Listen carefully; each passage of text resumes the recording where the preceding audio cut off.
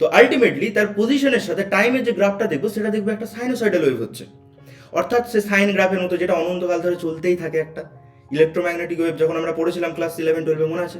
তো সেরকম চলছে। ম্যাথামেটিক্যাল কীরকম রিপ্রেজেন্টেশন আসবে দেখবো, যে আদৌ সাইন ওয়েভ বেরোচ্ছে না অন্য কিছু এক্সপোনেনশিয়াল ওয়েভ বেরিয়ে যাচ্ছে, সেটা আমরা ক্যালকুলেট করবো তো।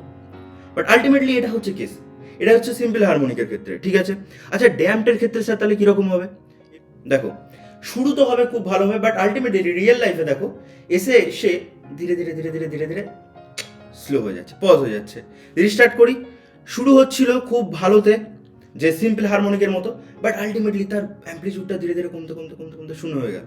আর ফোর্সড অসিলেশনটা দিকে ফোর্সড অসিলেশনে দেখার কিছুই নেই, বাট তাও দেখিয়ে দিচ্ছি, সেটা তো সিম্পল হারমোনিকের মতোই হবে, কারণ আমি বাইরে থেকে তাকে ফোর্স দিয়েছি, তাই না?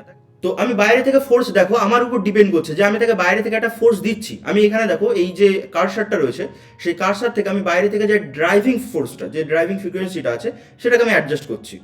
সে কিন্তু ধীরে ধীরে কমে যাওয়ার কথা, বাট আমি তাকে কি করছি, অ্যাডজাস্ট করে তার মান বেশি করছি কম করছি এগুলো করছি, দিয়ে তাকে সিম্পলির মতো জিনিসটাকে রাখছি, ঠিক আছে। এই গেল আমাদের ফোর্স অসিলেশন।